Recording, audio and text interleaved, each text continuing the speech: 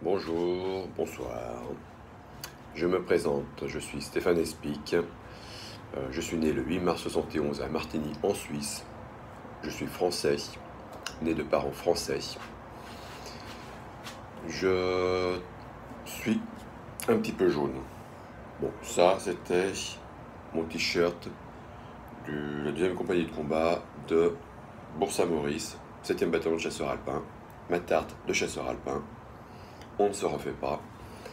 Chasseur un jour, chasseur pour toujours. En ces temps difficiles, d'obscurité, d'obscurantisme, de Covid, de mascarade, de manipulation, de dérive, je pense qu'il est venu de réfléchir à un changement de paradigme.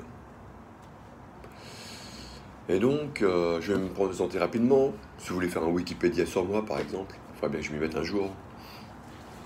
J'ai travaillé 15 ans dans la création d'entreprises, dans le conseil, dans le financement des entreprises, des petites entreprises.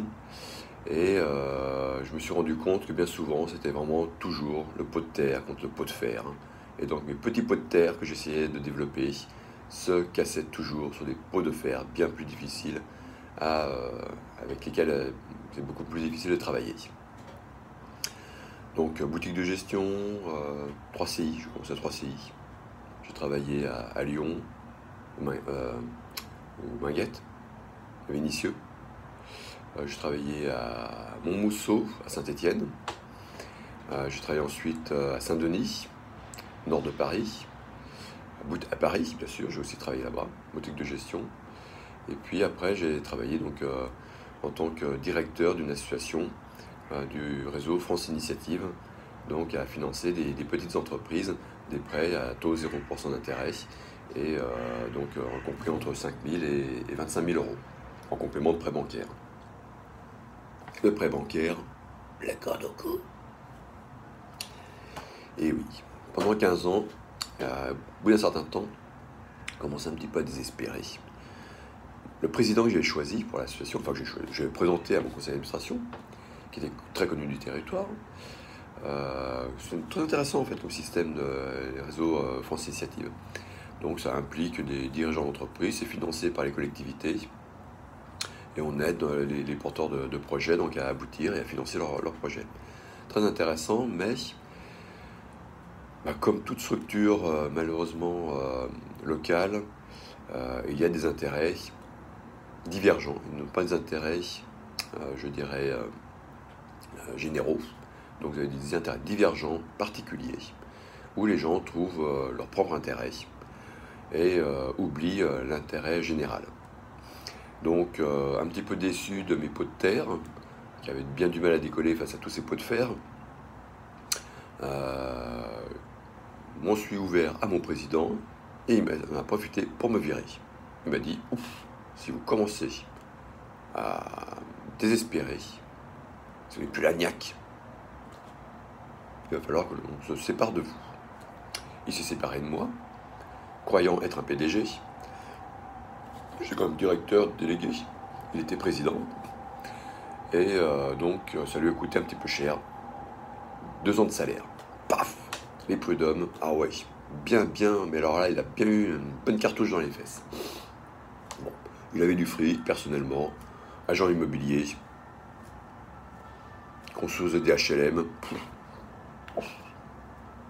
Ah ouais, c'est des pompes à fric. C'est la collectivité qui paye le HLM, et puis ensuite ils arrosent. Et donc il avait misé sur les socialistes, alors que c'était encore un territoire communiste. Bon. Mais le socialiste a réussi.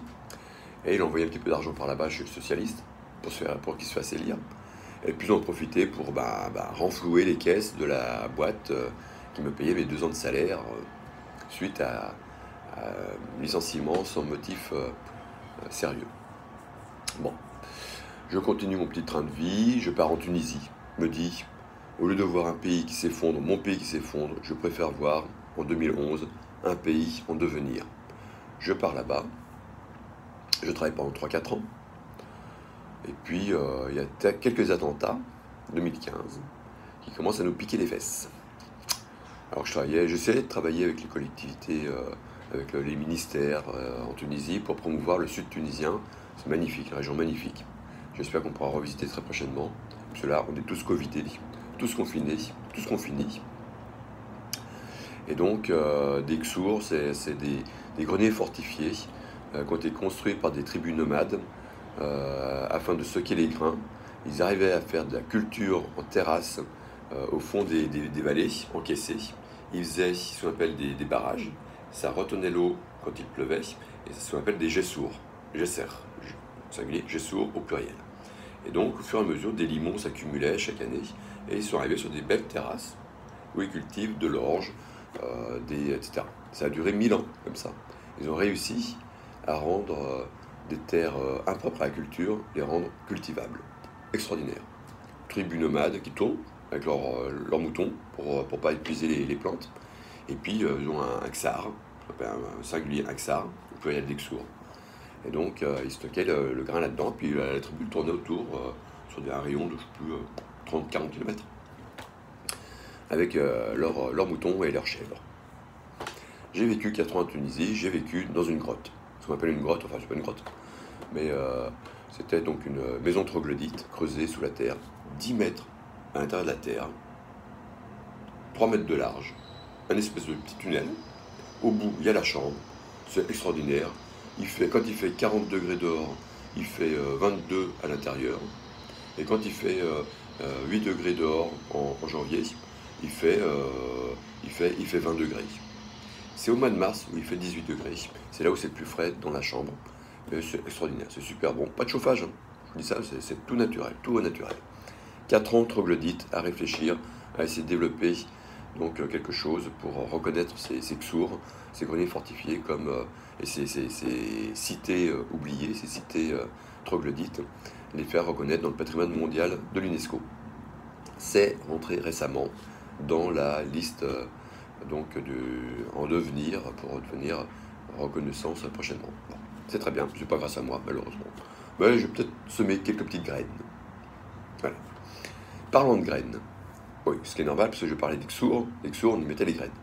Donc moi, pendant 4-5 ans, je tourne dans le sud tunisien, puis je mets des petites graines comme ça dans les esprits, puis au fur et à mesure, peut-être que ça a poussé. J'irai voir. Et je comprenne comment ils sont arrivés sur la liste indicative de la reconnaissance des Ksours comme patrimoine mondial. Donc les attentats se passent au Bardo, se passent mal. Du sang partout. Bardo, c'est le musée... magnifique céramique, le plus grand musée du monde avec autant de céramique romaine à Tunis, qui côtoie donc la chambre des représentants du peuple.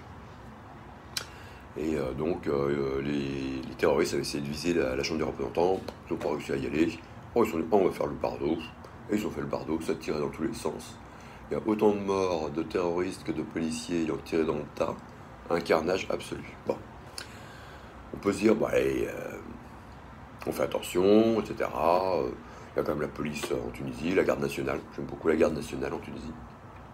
Très beau mot, je reviendrai dessus après. Donc, je propose ce massacre de mars 2015, de rebondir dessus et puis de promouvoir encore plus sur un choc psychologique, de rebondir et de faire une communication mondiale sur les Ksours, par exemple, la beauté de la Tunisie, du sud tunisien, promouvoir le territoire. Comprennent rien au gouvernement. Bon. Oh, il se reprend un deuxième attentat, c'est pas beau du tout, là, en juin 2015. Ah, ça tire sur une plage, 34 morts britanniques, alors que déjà au Bardo, on a vu 29 morts de toute nationalité. J'avais fait d'ailleurs dans un ksar, après cet attentat, donc une commémoration, c'est très joli, c'est mignon, une petite vidéo. Je décide en 2015 de revenir en France.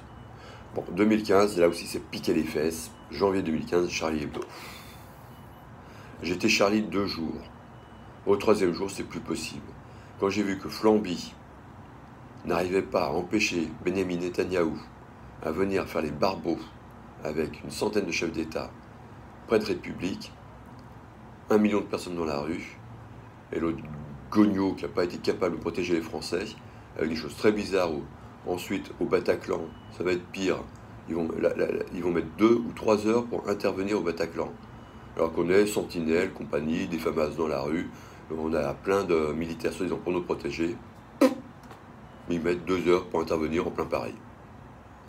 Bizarre, bizarre. Donc je me suis permis, déjà pour revenir à Charlie, je me suis permis de me fendre sur le cahier de doléances de l'ambassade de France à Tunis, de barbouiller un texte précisant que c'était une mascarade, c'était pas protégé, etc. Je ne suis plus Charlie. Et puis c'est là où Dieudonné se faisait enquiquiner, parce qu'il a dit « je suis Charlie Koulibaly ». Équivoque, sérieux, certainement, peut-être, etc. Mais c'est la liberté d'expression. Et moi, je défends la liberté d'expression. Comme aux États-Unis, tout le monde peut dire tout ce qu'il pense. Et après, c'est lors de la discussion qu'on arrive à orienter les esprits. Et il faut débattre. Et pour débattre, il faut être libre de s'exprimer. Et donc, je comprends, moi, le Charlie Koulibaly.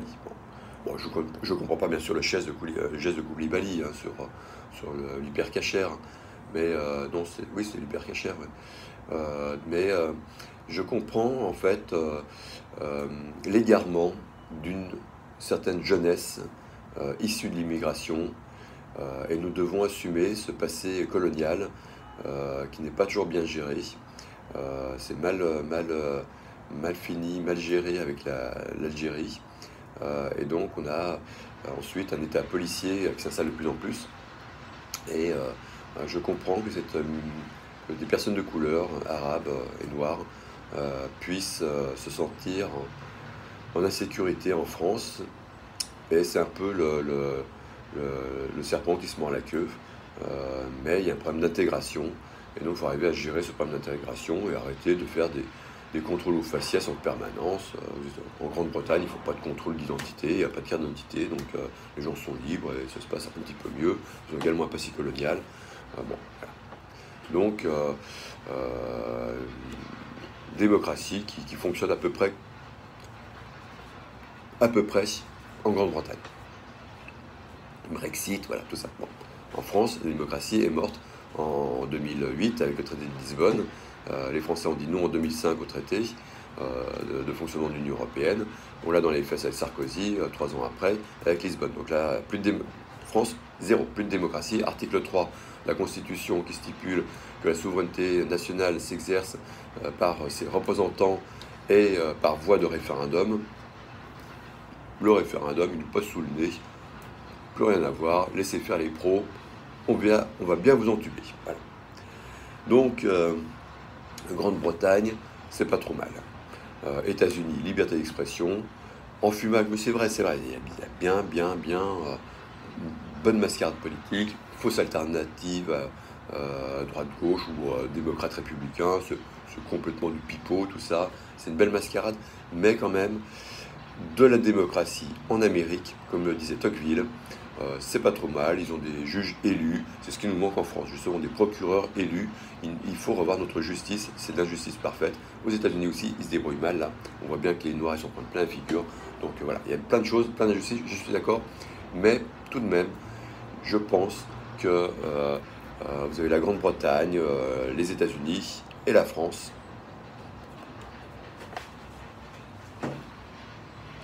dans le classement des démocraties.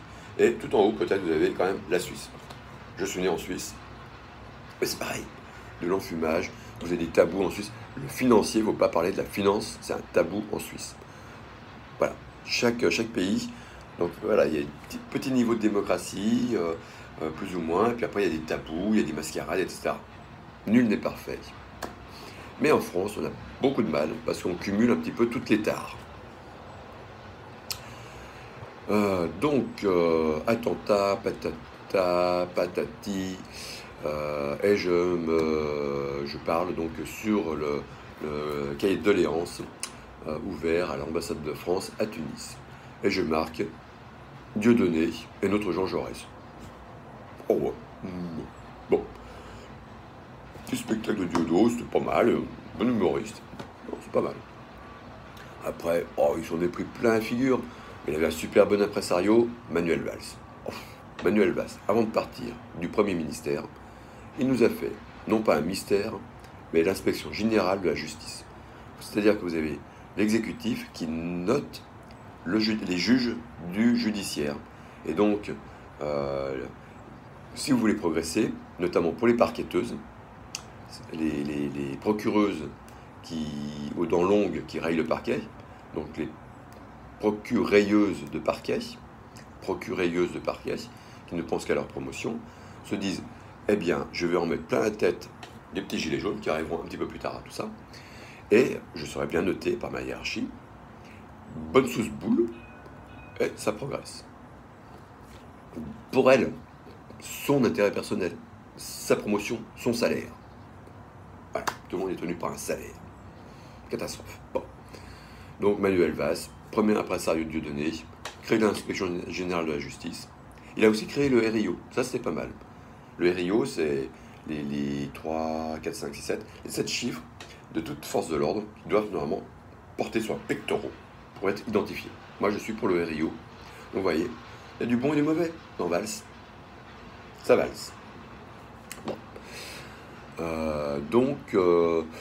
Ensuite, je progresse un petit peu. J'essaie de faire des choses avec la Commission européenne. J'essaie de développer un dossier dans la mode. Je vais d'un ami. J'ai un ami qui travaille dans la mode. Donc on a essayé. On se dit, bon, allez, on va essayer de faire quelque chose pour les personnes de l'Est, les designers de l'Est européen, les amener à Paris, défiler. On voit le numéro 1 de l'organisateur des salons professionnels de la mode à Paris. Ils portent le projet, on fait ça aux petits oignons, mais je me dis, Commission européenne, en direct. Donc, Commission européenne, des ronds de cuir. Et là, ça fait des ronds de cuir, parce qu'ils sont toujours sur leur table. Ah, bon. Donc, on essaie une fois, 2 fois, 3 fois, pas preuve. Peut-être qu'ils ont repéré que SPIC, qui s'y frotte s'y pique, il a pas ça dans sa poche, et c'est pas un susboule de la Commission. Il a plutôt tendance à vouloir cramer les drapeaux de l'Union européenne. Je sais pas comment ils l'ont su. Non, tout simplement, nous n'avons pas nous avions 28 partenaires. Hein.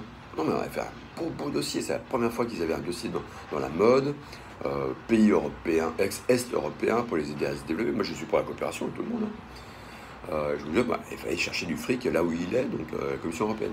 Mais il nous manquait dans les 29 partenaires un vrai organisme susboule qui, à un moment, est dans l'instruction des dossiers en tant que partenaire pour présenter un dossier, pilotage du dossier présenté à l'Union européenne. Et puis ce même partenaire, quelques années après, sera expert de la Commission européenne pour analyser les dossiers. Vous voyez, ils font un coup j'analyse, un coup je propose, un coup j'analyse. Et donc renvoi d'ascenseur. Ils se connaissent entre eux. Ils savent comment rédiger les dossiers. Ils mettent du franglish. Alors, enfin, nous, on était déjà en anglais. Dans le dossier, il était en anglais. Donc, je n'ai pas pu mettre du anglais-French. Anglais-French. Voilà. Je n'ai pas pu faire d'anglais-French parce que je ne maîtrise pas assez l'anglais Frenchy. Européen. Enfin bon, ils se reconnaissent. Il suffit de lire un dossier. Oh, ça a été écrit par mes collègues. Je vais l'accepter. Car, la prochaine fois, quand il verra mon dossier, si on parle la même langue, il va dire, ok, c'est un de mes collègues, je l'accepte. Et voilà, vous voyez, juge est parti. Pas en même temps, mais copinage, susboulage, horrible. Bon. Et puis après arrive... Ah oui, attends, juste pour dire une chose. J'ai écrit en 2000, j'ai écrit le 13, Charlie Hebdo, je crois que c'est le 7 janvier 2015, et j'ai écrit le 13 janvier 2015, soit 128 ans, les brouettes, enfin, jour pour jour, mais c'était le jour anniversaire du J'accuse de Zola. Et je faisais, en plus j'ai commencé par J'accuse, l'État français de laxisme, voilà, j'ai fait des choses comme ça, c'est pas trop complotiste, mais ça, c'est ce que certains estiment être du complotiste. Les journaleux, comment vais-je qualifier, au-dessus des journaleux, vous avez des gens qui ont les clés des studios, tout ça, on voit sur le plateau télé. Ça on va couper. Bon. Comme le bout du prépuce. Rien dit. Bon. Non, mais c'est pas très représentatif de ce que l'on a par rapport à la population. Là, dans les médias, ceux qui manquent de prépuce sont surreprésentés dans les médias, et je ne parle pas des Arabes, hein, et par rapport à la population française. Voilà. 2 ou 3% de la population française,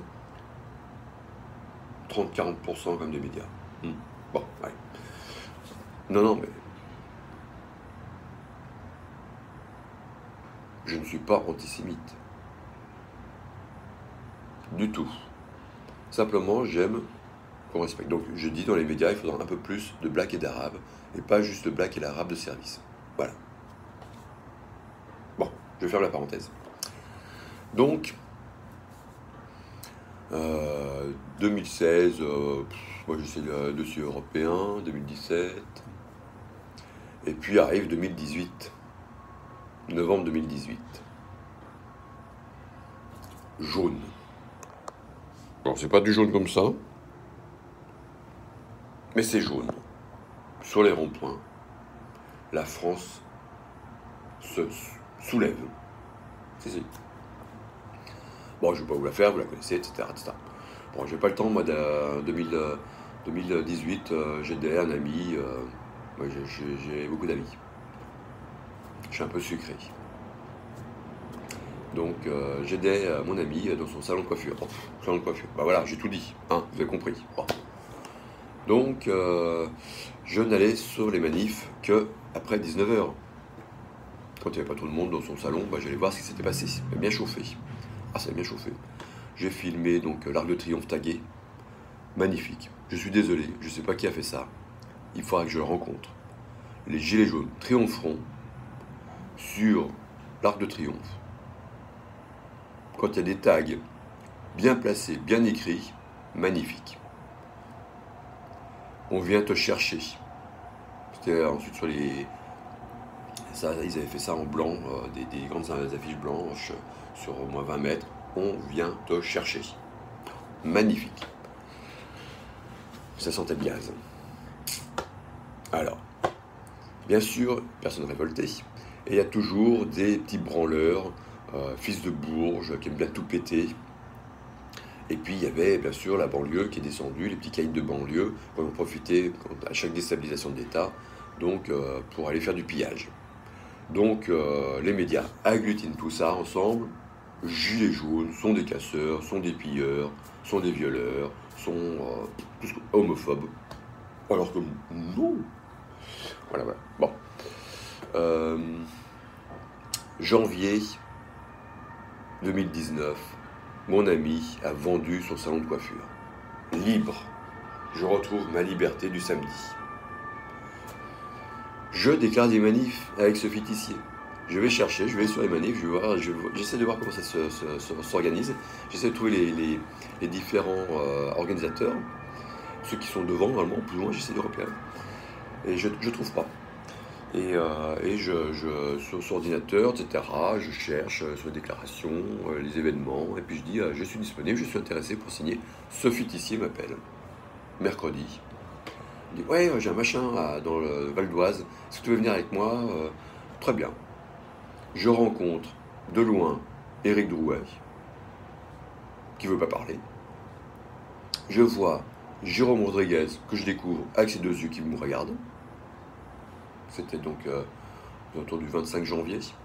Et j'assiste à une assemblée de gilets jaunes dans l'Oise, à Pontoise, je crois, avec l'élection de... je ne sais plus comment elle s'appelle... Laetitia Deval, voilà, qui est élue porte-parole dans l'Oise. Bon, elle parle bien, voilà. Donc, grâce à Sophie Tissier, je mets les pieds dans le plat tout de suite. 3 jours après, je co-déclare avec elle la manif qui part des Champs-Élysées et qui va, l'acte 11, qui va se perdre, Bercy, je crois, je ne sais plus trop. Bercy, il me semble. Voilà, ça se passe pas trop mal. Bon. Acte 11. Ah non, et ça se termine à Bastille. Jérôme perd son œil. Je vois ça de loin. J'ai observé comment se passaient vraiment les manifs de l'intérieur. On avait essayé avec plusieurs personnes de faire la sérénité. Mais la sérénité, ben, c'est fait ce qu'on peut. Donc on essayait de séparer les jaunes des bleus pour pas que ça se frite. Je leur disais, on ne mélange pas du jaune avec du bleu, ça ne fera pas du vert, ça fera du rouge. Alors que normalement, quand on mélange les couleurs, hein, jaune et bleu, ça fait vert, mais là, quand on mélange, ça fait rouge avec du gaz gris. Bon. Donc voilà, on essayait de faire la sérénité, donc c'était pas mal, c'était bien. Jérôme perd son œil. Moi j'essaye, alors c'est un gazage, oh putain. Là, je me suis dit, on va faire un débriefing avec le chef d'état-major, parce que franchement, pas arriver à faire sortir la petite grand-mère, voir les petites grand-mères moi j'étais vraiment en interposition là, et j'essayais de faire sortir les grand-mères, je poussais les soldats du feu, j'ai sorti du feu, puis j'ai les autres gardiens de la paix. Je dis, là, c'est pas trop la paix ce que vous êtes en train de faire là, vous nous pétez dessus, gaz écromogène. Il disait, non, il faut sortir par la rue de la Roquette, vous ne sortez pas par le boulevard Richard Lenoir, retournez dans le gaz, mes petites dames, contournez. Voilà ce que disaient les forces de l'ordre. Je disais, non, arrêtez, vous voyez bien, elles sont effrayées, c'est pas des terroristes que vous avez en face de vous, elles sortent d'ici. Et je poussais gentiment pour évacuer, donc faire évacuer la place. Bon, acte 11, donc, plein la con, plein de tronche. Les parents sont là, la Sophie, elle est en train de donner une interview tranquille dans un petit bar à côté. Et moi je retourne, je dis, mais sors, tes contacts de police, faut que tu organises la sortie là. Ouais, mais moi j'ai fait mon boulot, j'ai juste dit dispersion, et après ça va se disperser, ils ont pas voulu se disperser, c'est plus mon boulot. Ouais, je sais pas d'accord. Bon. Acte 12, c'est Fauzi qui déclare, il fait un Doménil République, ça gaze, c'est même plus Champs-Élysées, dommage, moi j'aimais bien passer Champs-Élysées. Acte 13, je redéclare avec la Sophie. Entre-temps, je me suis bien frité avec elle. Puis je lui dis non, il faut quand même bien marquer le coup. On fait un débriefing de ce qui s'est passé à l'acte 11. Il y a un œil de crevé. Il faut comprendre pourquoi ils ont gazé de cette façon-là. Il y avait Drouet qui était en sauvage qui revenait sur rue Saint-Antoine. Et nous, on était déjà arrivés sur Place de la République. Et donc, entre les deux, vous aviez les forces de l'ordre qui ont fait qui sont restés vachement longtemps. Puis après, oh, nous sommes encerclés. Nous devons gazer pour nous en désencercler. Et ça a pété dans tous les sens. Voilà, ils ont tout gazé. Donc j'ai dit, je veux. Donc quand on déclare la manif suivante, j'essaie de faire un débriefing. Je gueule pratiquement sur le chef d'état-major. Je dis, est-ce qu'on peut parler de vos manipulations de gazage pour terroriser les manifestants? C'est inadmissible que vous terrorisiez des manifestants pacifistes. Rodriguez qui filme, il se prend un LBD dans la gueule. C'est pas normal. Les grenades, vous les lancez en cloche, il faut les lancer par en bas, pour les avoir dans les pieds. Quand c'est bien groupé, désencerclement, ça s'appelle la grenade. C'est pas une grenade offensive qu'on lance, c'est le LBD, on tire pas dans la gueule, vous devez respecter, etc. Vous avez des bons viseurs, etc. Je veux comprendre. Nein. Ah non, il n'y a pas encore l'allemand. Non, c'est dépêche. Vous, non. Vous voulez déclarer la prochaine? On déclare. Allez, on signe. Allez, hop. Donc je me suis bien frité avec la Tissier. Je suis numéro 2 déclarant et elle me coupe son portable pour l'acte 13. Je ne peux plus intervenir, plus faire de sérénité, plus se coordonner. Acte 13, ça part dans tous les sens. Oh, la rue de Rennes, une melon massacrée. Massacrer des distributeurs automatiques rue de Rennes, ça a du sens. Enfin, je suis désolé. Péter des vitrines, le petit commerce, ça n'a pas de sens. Péter des vitrines de Starbucks, McDo, colère populaire. On ne fait pas d'omelette sans casser d'œufs. Il faut bien viser les œufs, bien viser les couilles à qui on va péter. Bon. Acte 13, donc me frite avec la Tissier, c'est pas possible, c'est une connasse, de toute façon. Autour d'elle, couperez, hein. Autour d'elle, vous n'avez que des gens qui restent maximum 10 jours quand ils sont impliqués, ou ils claquent la porte, c'est pas possible. Enfin, donc j'ai des soupçons sur elle. Est-ce qu'elle est télécommandée ou est-ce qu'elle a simplement un ego démesuré? Je ne sais pas encore. Je l'ai appelée stalinienne des bacs à sable. Voilà. Ça vous donne à peu près le niveau bac à sable, mais stalinienne quand même. Elle n'a pas aimé. Oh, ça a été repris dans les médias. Bon. Ouais, puis les médias sont là juste pour nous désinguer. Enfin bon, comme d'habitude, quoi. Bon. Tiens, j'ai une langue de chat.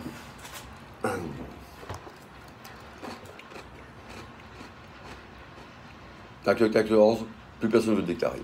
14, pourquoi? Je me dis, il y a les antifas en bas, les fascistes en haut. J'ai pas envie d'être au milieu, prendre la responsabilité, que ce soit Champs-Élysées, ça pète dans tous les sens. Je ne déclare pas. Fausse, je ne déclare pas. Personne ne déclare. Je déclare. Acte 14, magnifique. Pour la négociation, je vous fais monter le contrôleur général de la salle de commandement de la préfecture qui sort de ses sous-sols aujourd'hui, soit nous faisons un parcours qui ait du sens, on passe sous la préfecture, on passe voir le Conseil constitutionnel, on passe voir le MEDEF, on passe voir tout ce qui nous pique les fesses, soit je vous laisse vos 10 000 petits jaunes nervis excités sur les Champs-Élysées et vous débrouillez avec, ça va péter dans tous les sens. Je me lève, je pars. Le contrôleur arrive. Ah, monsieur explique, on va trouver une solution. On fait un parcours aux petits oignons. Magnifique. Préfecture, MEDEF, rive gauche. Bien. Bien. On termine sur invalide. Bien. Acte 15. Je redéclare. Et le contrôleur remonte à nouveau. Alexis Marsan. Et ça s'est bien passé la dernière fois. Vous avez bien guidé, bien piloté avec votre Vélib. C'est bien, c'est nickel. Je vous ai imposé un peu plus dans la rive gauche la dernière fois. Ok, je vous passe rive droite. On se fait conseil constitutionnel, conseil d'État. On tourne autour du Louvre. Bien. Bien. On termine parvis des droits de l'homme, Trocadéro. Magnifique. Bien. Ça se passe bien. La traversée de la Seine, ça a été le pont d'Arcole. Pratiquement. Ouais. Moi, j'étais déjà parti devant parce que à chaque fois, j'ai négocié plutôt les quais. Je voulais pas aller dans les commerces, mais à chaque fois, Belleux, chef d'état-major, Éric Belleux, m'envoyait dans les commerces pour que ça gaze, pour que ça pète, pour que ça pille, pour nous salir. Moi, je voulais les quais. Moi, les quais, c'est tranquille, c'est large. Il n'y a pas trop de vitrines à péter. Ils ne veulent plus. L'Assemblée nationale, c'est interdit, etc., etc. Donc, je flippe un peu. Donc, j'avance rive gauche et je préviens toutes les terrasses de café en vélo que les petits jaunes vont passer, enlever les bouteilles, ne donnez pas des billes à nos nervis. Ça éviterait que ces bouteilles et les verres arrivent sur la tronche de nos gentils policiers escort boys. Et women, et quelques women aussi. Escort girl. Et donc voilà, mais ça se passe mal sur le pont. C'est entassé. Et on me dira après que des gens ont failli passer dans la Seine. Donc il y a encore une manipulation. Non seulement ils nous imposent d'aller dans les commerces pour que ça foire, et là ils ont compressé sur le pont du Carrousel, je crois, juste après le Louvre. Donc voilà, toujours manipulation et de la préfecture pour que ça se passe mal. Bon, acte 15, acte 16, bon, je laisse un peu la main parce que j'ai... je ne sais plus qui déclarait, donc je passais en deuxième. J'étais toujours contact police, donc je peux avoir au téléphone. Alors on a les 06 de toute la préfecture, j'ai tous les 06 de la préfecture, si vous voulez Marsan, si vous voulez Belleux, vous me le demandez, j'ai le 06, professionnel.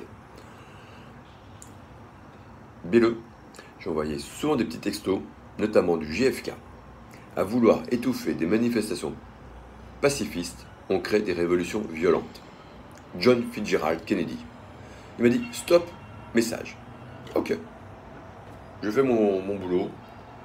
J'ai averti suffisamment le chef d'état-major pour sauver son âme. Il n'a pas voulu. C'est pas grave. Continuons. 16, 17, 18. Alors 16, oui, non, 16. 16, je demande quand même à au chef de l'État de refaire le grand débat. C'était le grand débat, on était en plein grand blabla. Quand je disais, le grand blabla, c'est nul. On refait un vrai débat avec les 10 autres candidats malheureux à la présidentielle. Et là, ce sera un vrai débat. On refait le débat avec les 10 autres.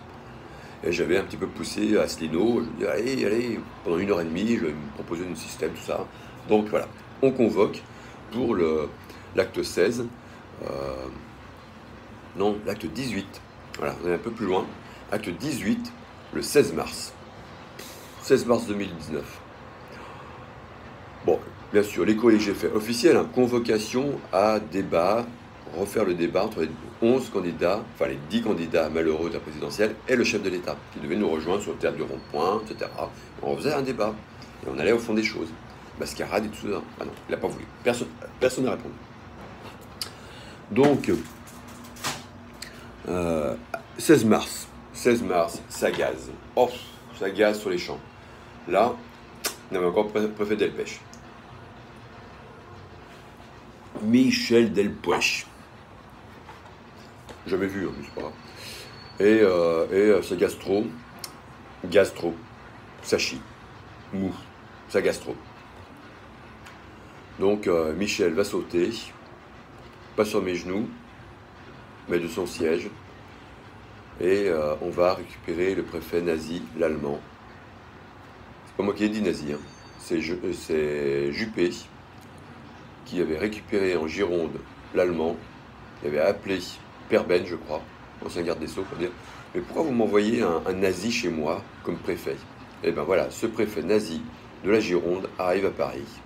Parce que le 16 mai, gastro, ça chier, sous les champs, trop mauvais. Donc, cet acte 18 du 16 mars se passe mal. Je suis quand même arrière-déclarant, c'est-à-dire j'ai déclaré ma manif, j'essaie de négocier pour descendre les champs, remonter par Roosevelt. Je suis en bas des champs, là, je suis devant le Adidas, ça gaze dans tous les sens. J'appelle Alexis Marsan, je dis allez, laissez-nous remonter sur Roosevelt, on rejoint la manif climat, et puis on continue. Là, j'avais la visière, le masque, tout ça, ça pétait dans tous les sens. Et je suis là avec moi, je filme. Comme Rodriguez, mais avec une visière. Même les visières, je verrai après qu'elles se font péter au LBD. Ah ouais, tu peux te faire défoncer la tronche avec un LBD, même avec une visière de protection professionnelle achetée chez Kiloutou. Bon, pas beau, gastro, comme je vous l'ai dit. J'arrête de déclarer. Après, voilà, je fais des directs. Je commence à faire mes directs parce que j'ai plus de place sur mon téléphone, donc je me dis, je vais faire un direct. Et voilà, c'est comme ça que j'arrive sur mes directs Facebook. Un peu plus tard dans la saison, j'ai mes 2 fées qui se penchent sur le bébé. Elles disent ouais, on va te pousser maintenant que tu fais des directs, on va te pousser sur les groupes, ça va décoller. C'est vrai que grâce à Facebook, qui a mis en place un système de groupe, un système de direct, etc., grâce à Facebook, c'est bien chauffé. On a été manipulé par Facebook. C'est sûrement les gilets jaunes, c'est la déstabilisation venue de l'extérieur pour déstabiliser Macron, qui ne voulait pas faire la guerre en Iran. Je lui reconnais ça. Visiblement, il n'y a pas eu de guerre en Iran. Peut-être que Macron y est pour quelque chose, il n'a pas voulu y aller. Contrairement à Flamby qui a voulu faire absolument la Syrie. Contrairement à Sarkozy qui a fait la Libye. Ben, quand je dis fait, il a complètement défait. Hein. Parce que alors là, lui, c'est la CPI pour Sarkozy, pour la Libye. Bon. Donc, on commence sur les directs. Je monte un petit peu. Je fais le bouffon. Voilà. Je pensais même pas, puis à un moment, je me dis, tiens, je pourrais faire, je suis gêné, je râle, je suis général, je suis super tenace, indigné de France, je suis général Steve. Le général, super tenace, indigné de France, général Steve. Voilà, je crée mon personnage, général Steve. Oh, c'est marrant. Et puis, je me radicalise. Comme le dit Aziz Zemouri quand il fait un article sur moi. Je me radicalise, mais pas pour lancer des cacatoffs ou des cocktails Molotov. Non, pas du tout. Je vais pisser sur l'Élysée. Mois de mars. ne sachant plus quoi faire, les manips, ça sert à rien, on se fait gazer, c'est gastro. Je pisse sur l'Elysée, mais sans avoir de gastro.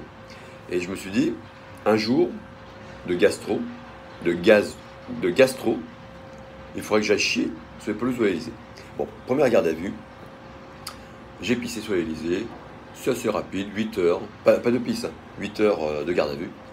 Juan Branco, que j'avais croisé sur mon acte 14, qui m'a donné son téléphone, je le fais convoquer pour m'assister en garde à vue, il vient, on discute une demi-heure, on se marre, il est pissé de rire, il pisse de rire. Bon, génial, bon, très marrant. Il est mignon, j'aime bien. Oh, vous avez coupé votre moustache, vous étiez mignon avec votre moustache, monsieur Branco. Voilà, bon. Nombreuses gardes à vue plus tard. Oui, parce que j'ai découvert qu'il y avait une magnifique palissade de chantier à l'Assemblée nationale. Oh, 50 mètres de large, blanc immaculé. Je vous fais des lettres d'1 mètre de haut avec mes Posca, grâce à Sophie Tissier que j'ai connue. C'est elle qui m'a dit va acheter des Posca. Posca, c'est des stylos de 1,5 cm qui s'effacent à l'eau. Donc sur une palissade en bois, c'est un peu plus difficile, il faut mieux repasser un coup de peinture dessus. Mais sur une vitrine, ça s'efface à l'eau. Un petit peu d'eau de spirit, c'est plus rapide. Et donc je te barbouille la palissade de chantier de l'Assemblée nationale. Oh, les insanités. Jaune devant, Macron derrière, comme le slip à Castaner. Les Français ne veulent pas être représentés par députés, D-E accent aigu, P-U-T-E-S, parce que j'oublie le deuxième accent sur député, donc ça fait députe ou depute. Si j'oublie deux accents, ils sont tellement graves, je ne me leur remets pas les accents aigus. Les Français ne veulent pas être représentés par des putes suceuses multinationales. Mais ça fait 50 mètres de long.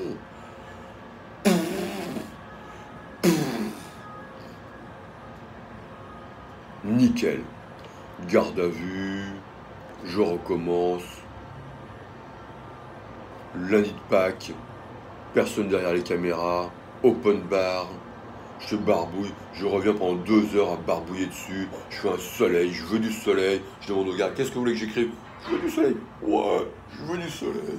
Je vous fais un doigt d'honneur, mais énorme, extraordinaire. Le lundi de Pâques, personne vient m'interpeller. Donc le mardi, j'y retourne, je vais pour filmer mon œuvre. Putain, le mec avec son pinceau blanc, il vient de terminer, et tout effacé. Ah non, je dis non. Donc je décide d'aller au Hôtel de la Sey. Et je demande à voir Connard Ferrand. Qui ça? Connard Ferrand. Ou Richard, je sais plus. Vous avez dit Connard? Oh, je crois que j'ai dit Connard. Je sais plus quel est le prénom de Monsieur Ferrand. Connard? Garde à vue. Galéou. Magnifique. Se faire péter Hôtel de la Sey. Parce que Connard Ferrand ne répond pas à mes mails, je vais proposer sur la palissade de chantier.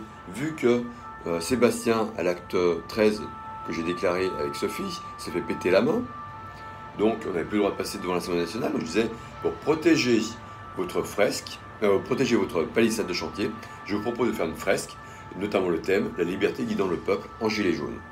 Il m'a pas répondu, je ne sais pas pourquoi. Bon, c'est peut-être le thème lui plaisait pas à Connard Ferrand. Donc c'est pas, j'ai pas de réponse, je vais le voir à son hôtel.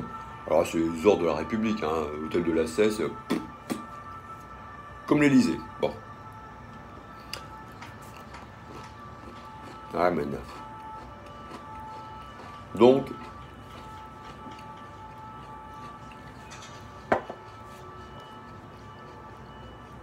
je me radicalise, je barbouille, je fais permanence parlementaire. Le 4 août, oh, 4 août, la nuit du 4 août, je vais à l'hôtel des Menus Plaisirs à Versailles. Je suis le seul en France à aller commémorer le début de l'abolition des privilèges sur le lieu même où cette première Assemblée nationale s'est prononcée pour commencer à abolir les privilèges. Personne à part moi. Sur le mur arrière de l'hôtel des Menus Plaisirs, qui est maintenant le centre de musique baroque de Versailles, beau panneau de la mairie qui commémore l'abolition de privilèges. Il y a de la place, je marque, à renouveler. J'ai un petit gars de Versailles qui me rejoint, puisqu'il me voit avec mes exactions en direct. Je lui demande, t'as pas un député dans le coin?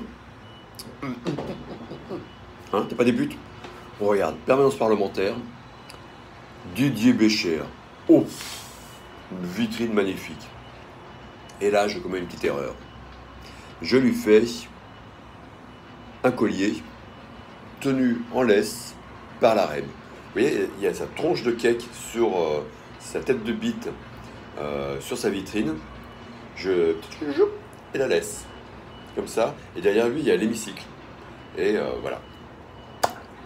Menace de mort. Mais non, madame la procureuse. Mais non. Bon. Donc, bon, je fais ça tranquille. Ils sont pas habitués à Versailles. Jamais il y a eu ça. Jamais. Là, un dangereux terroriste de la pensée débarquait à Versailles, barbouillait, 3 machins. Attentat au Posca. Mais tranquille.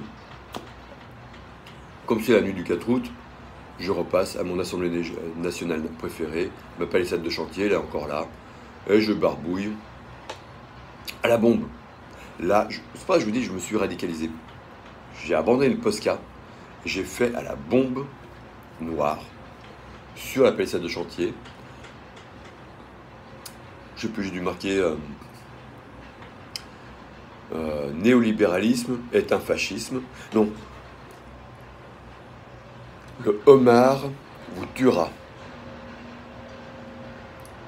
C'est-à-dire qu'ils bouffent tellement de homards, ils vont faire une indigestion, ils vont en mourir. Le homard vous tuera. Abolition des privilèges, nuit du 4 août. Euro plus Ursula von der Leyen plus Union européenne, UE, égale fascisme. Écrit fascisme avec un 2 $, 1 euro pour remplacer le S, le C, voilà. Égale fascisme. Et là, j'ai un coup de gazette dans le cou par un gentil bleu qui m'arrive par derrière. Mais je voyais, ça clignotait déjà. Il y avait des gyrophares bleus qui arrivaient. Allez, j'accélère, fâche. Et j'ai pas pu terminer. J'ai pas pu terminer mon explication de texte sur la palissade de chantier de l'Assemblée nationale. Paf, je me fais claquer. Je retrouve en garde à vue mes petits jaunes. Oh, mes enfants, que faites-vous là? Ils se sont fait claquer, simplement en voulant faire une photo d'eux devant l'Assemblée nationale. Ils sont là en garde à vue. Moi qui barbouillais, je suis en garde à vue. Normal? Enfin, normal, pas tant que ça. Pas tant que ça. Même pas de la dégradation légère. Oui, si. C'est une dégradation légère, en effet, mais je ne risque pas 1 an de prison. Et donc, j'ai pas le droit de faire une garde à vue. Enfin, normalement, si on appliquait le droit, la garde à vue, c'est uniquement quand on commet des actes passibles de plus d'1 an ou égal à 1 an de prison. Donc là, non, normalement, non. On ne va pas aller en garde à vue. Donc, je retrouve mes petits gars. On passe une nuit en cellule. On était 5. C'est sympa. Adrien sur le banc. Je ne sais pas pourquoi il n'a pas voulu se coller à moi. Pourtant, il n'est pas si épais que ça. Il y a Sébastien. Il y a Michael. Oh, lui, c'est un déter. Oh, s'il te plaît. Et il y a Dario. Je ne sais plus quoi sur Facebook. Et puis il y a. Moi, je trouve c'est tout. Bon. Donc, c'est sympa. On en sort le lendemain, Libeskin est arrivé, sans se presser. Et puis, on va boire un verre, et puis bon, voilà. Après, je change de crèmerie. Je découvre Stanislas Guérini. Magnifique. Il n'a pas sa tête de cul affichée sur sa vitrine, c'est sur un calicot derrière. C'est un peu plus difficile pour faire quelque chose sur sa tronche. Mais qu'est-ce que je lui ai postcaté sa vitrine.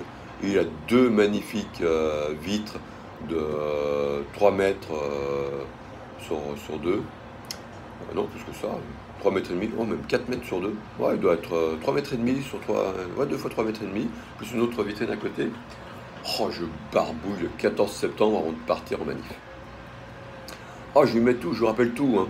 Stanislas Guerini, c'est le patron de l'AREM. C'est celui qui a récupéré de la Castagnette quand il est parti faire la cagole qui raffole les flashballs. Donc Castagnette part et abandonne l'AREM pour devenir sinistre de l'Intérieur. Et donc Stanislas Guerini prend le poste de secrétaire général de La République En Marche, le parti présidentiel. Et il a une magnifique palissade, magnifique vitrine dans le 17e arrondissement, pas loin du tribunal de grande instance. D'ailleurs, quand on cadre, on voit le tribunal, la tour de Babel, et on voit... et donc là, je mets tous les noms de tous les prisonniers politiques en rouge. Et je cadre, et on voit le tribunal. Et puis Antonin Bernanos, Yannick Krummenacher, voilà, tout, Grégory Pasquet, voilà, je note tout ça. Puis tous les prénoms ensuite des autres moins connus. Il y a une bonne tartine d'une trentaine hein, quand même. Hein. Et puis sur les deux autres grandes vitrines, donc vous avez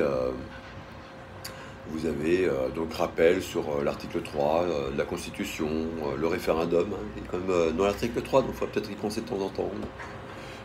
L'article 35, alors je fais une petite erreur là, hein. Oui, il ne faut pas mentionner l'article 35 de la Constitution de 1793, parce qu'il n'a jamais été pour moi été effectif, mais on peut, j'aurais dû plutôt rappeler l'article 2 des droits de l'homme, l'objectif de toute association politique est la préservation des droits fondamentaux, à savoir la liberté, la sécurité, la propriété et la résistance à l'oppression. Tout ce que je fais est politique. Mes condamnations, enfin mes procès ne sont pas valables car je suis en résistance à l'oppression qui est mon cheval de bataille. Je définis ce qu'est l'oppression fasciste de ce gouvernement mondial néolibéral qui opprime les peuples par mascarade et manipulation de masse. Et donc, je m'appuie sur de nombreux articles, notamment celui de Manuel Acadélie, carte blanche du 3 mars 2016 dans lesoir.be, Belgique. Le fascisme, non, le néolibéralisme est un fascisme. Ouais. Donc je suis en résistance à l'oppression, article 2 des droits de l'homme. Je suis en liberté d'expression sur les palissades de chantier de l'Assemblée nationale et sur permanence parlementaire, parce que ça pique un petit peu, parce que si tu fais un courrier, ils ont rien à foutre, c'est passé à la poubelle. Donc liberté d'expression, article 11 des droits de l'homme. Et je réclame le respect de la Constitution de la Ve République, à savoir le référendum. Pas la peine d'aller chercher le RIC, on peut déjà faire le référendum. S'il respectait déjà juste la Constitution, comme le faisait Charles de Gaulle, on ne serait pas dans cette merde-là. Donc simplement, il faut qu'il y ait un petit peu là-dedans, puis il ne faut pas être vendu, pas faire du pantouflage, il ne faut pas sortir de l'ENA pour savoir comment on va pouvoir s'en foutre plein les fouilles. Voilà. Donc respect de l'homme, respect de son environnement, respect de la Constitution, respect de la Ve République, et il faut instaurer la démocratie. Voilà, démocratie, il faut qu'on ait des outils numériques maintenant qui permettent de mieux s'exprimer. Les représentants, ils ne représentent que leur poche, donc nous, on veut être représentés. Pour ça, il faut qu'on puisse s'exprimer, il faut qu'on ait des outils numériques pour le faire. Change.org, c'est pas suffisant, il nous faut vraiment un outil de vote numérique. Puis les petits vieux, ils iront à la mairie pour voter. Et puis il faut également qu'on ait une transparence totale des budgets de l'État. Quand on décide par exemple si la TVA elle diminue de 1 point par exemple, quelle incidence il y a au niveau des recettes de l'État. Si on augmente d'1 point, si on fait la formation, on dit qu'on la passe à 5%, eh bien il faut qu'on sache combien ça va rapporter, etc.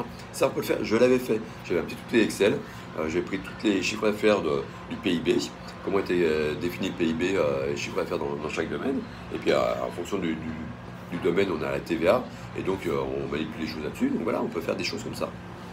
Transparence, outils de transparence et de simulation de budget de l'État. Bon, voilà. Avec ça, on pourrait s'en sortir, on pourrait faire des choses bien. Ouais, c'est le matin, c'est l'ami Ricoré. Il est 7h.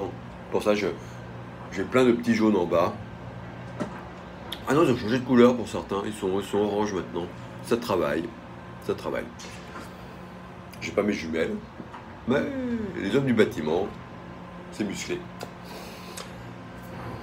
Bon, je m'égare. Pour te dire, au final, j'arrive à ma 19e garde à vue et audition libre. Et audition libre, ça compte que pour un demi. Hein. 2 auditions libres, ça fait 1. Donc j'arrive comme ça à 19. Comment je suis arrivé à 19 ? Oh, c'était épique, c'était magnifique. J'ai fait une semaine formidable. Là, nous sommes le 24 mai 2020. Bon, j'aurais dû commencer par là. Hein. Bon, 24 mai 2020. Oh, j'ai fait, depuis une semaine, je fais péter les compteurs Facebook. Oh. 2 millions de vues par un gars qui a repris ma vidéo de la brave, que je brave sur les quais, alors qu'ils bavent comme des escargots, avec leurs 18 motos, fois 2 mecs par moto, fois 2 sections, 72 mecs sur moi. Oh, c'était que du bonheur. Ça, c'était... j'ai explosé les compteurs, là. Là, ça a explosé. Ouais. Le problème, c'est que je suis plus connu en Belgique, en francophonie, que par les gilets jaunes français. Par contre, le service de police de Paris me connaissent bien. Là, à tourner autour de l'Elysée, faire la mouche à merde, ça, je sens, ça grésille. En plus, j'ai eu avec ma tarte. Alors là, ça grésille. J'ai oublié de vous parler du service militaire. Bon, vous avez compris. Hein. Bon, j'étais simplement un appelé caporal. C'était le bâton de chasseur alpin. Et donc, ma tarte me protège. Ça amortit les chocs. Ça m'identifie comme militaire. Ils hésitent à me tirer un LBD dans la gueule. Bon, la brave, il s'est pas bien débrouillé, il a joué au con. J'ai perdu, je reconnais. Quand on joue au con avec moi, je perds. Il était plus con que moi. Il s'est enfoncé lui-même. Alors que j'essaie de sauver leur honneur. J'essaie toujours, aux forces de l'ordre, leur laisser un échappatoire pour qu'ils sauvent leur honneur. Et donc c'est pour ça que je suis général d'union. L'oignon fait la soupe, l'union fait la force. Et donc, ça ne sert à rien de vouloir péter de la gueule, même des braves, ça ne sert à rien. On ne répond pas à la violence par la violence. La bouffonnerie est beaucoup plus utile à la cause. Et c'est pour ça que je pense que je m'en sors pas trop mal. Donc, 19e garde à vue, après une semaine épique, où je fais péter les compteurs Facebook, j'ai sur la cuisse encore... Ah oui, bon, je suis à moitié à poil, hein, puis voilà. Hein. La cuisse, mes échymoses, je n'ai pas prévu de montrer ça. Je montre mon cul à Caroline, la commissaire qui m'arrête sur les Champs-Élysées. Je lui fais croire que c'est à cause d'elle, parce qu'on m'a fait tomber, ces petits gars m'ont fait tomber. Je monte mon cul, elle me laisse partir, ces petits gars me rejoignent. Je voulais faire un événement extraordinaire. Le collectif des salariés et des entrepreneurs en difficulté m'avait appelé. Ils voulaient déposer un courrier au chef de l'État. Je remaniais le courrier avec eux. Très bien. Pas une petite crotte comme je sais faire généralement. Je mets toujours une petite crotte sur la casquette à l'allemand quelque part, ou sur le ministre de l'Intérieur, ou sur ma crotte. Là, rien, nickel, propre. On veut remettre ce pli, on n'y arrive pas. Ils n'y arrivent pas à le déposer, ils n'y arrivent pas à sortir même de l'avenue Marceau. Pour vous dire, elle est encore côté Seine, ils n'arrivent pas jusqu'à l'Élysée. Bon. Moi, j'arrive à passer. Je passe, tant bien que mal, arrestation, désarrestation, contrôle, blabla. Il m'a fallu à peu près 2 heures pour y arriver jusqu'à l'Élysée. Et quand la commissaire me dit « Allez, allez-y, explique, dégagez, ça suffit. Et pas nous emmerder toute la journée quand même. » Je sors mon gant que je tire avec les dents, doigt d'honneur. Mais la main n'était même pas dedans, le gant, non. Je sors mon gant, le majeur est encore érecté. Il dit, oh ça suffit, vous, gardez. Bon. Je fais un compte rendu que je n'ai pas terminé, je vais bientôt le terminer. Tout ça, vous les avez dans 100 bitoniaux. Les comptes rendus de toutes les gardes à vue, de ma radicalisation, vous les avez dans 100 bitoniaux. Pourquoi 100 bitoniaux? Parce que vous voyez, là j'ai un bitonio. Le général Steve, il a un bitonio sur la tête, sa tarte. Et 100 bitoniaux, bah, c'est quand je suis en zonzon. En zonzon, il n'y a plus de bitonio, donc c'est 100 bitoniaux. C'est comme du San Antonio, mais au lieu d'avoir un commissaire qui arrête les méchants, là c'est le gentil qui se fait arrêter par les méchants commissaires.